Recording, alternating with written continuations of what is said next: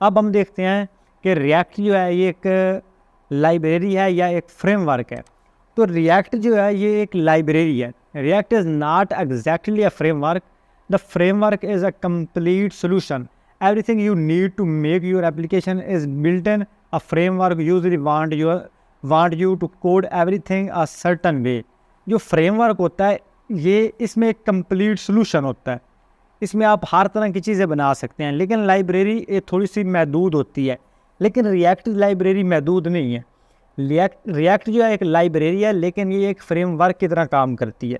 Almost जो चीज़ आप framework में बना सकते हो वो आप इस लाइब्रेरी में बना सकते हो।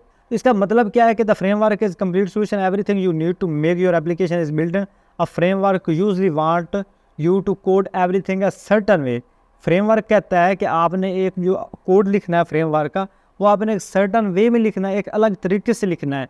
लेकिन रिएक्ट कहती है कि कोई आपको सर्टन वे में लिखने की ज़रूरत नहीं। एज इट इज़ जो आप HTML यूज़ कर रहे थे आप उसी HTML को यूज़ कर लो, जो आप CSS को यूज़ कर रहे थे उसी CSS को यूज़ कर लो।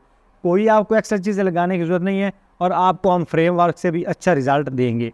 तो वाकई रिएक्ट जो है फ्रेमवर्क से ज़्यादा अच्छा रिज़ल्ट देती है, लेकिन ये है लाइब्रेरी, इसे आप फ्रेमवर्क नहीं कह सकते। तो आपका यहाँ पे भी कंसेप्ट क्लियर हो गया कि रिएक्ट या वो फ्रेमवर्क है या लाइब्रेरी है।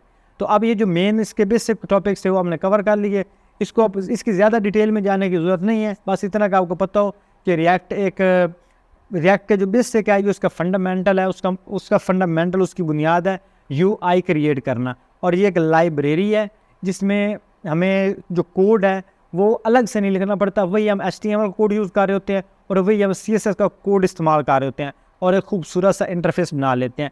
वो जैसे जैसे हम आगे वीडियोज़ में चीज़ें एक्सप्लोर करेंगे, आपको बनाना सिखाऊंगा, तब आपका सारा कंसेप्ट कवर हो जाएगा।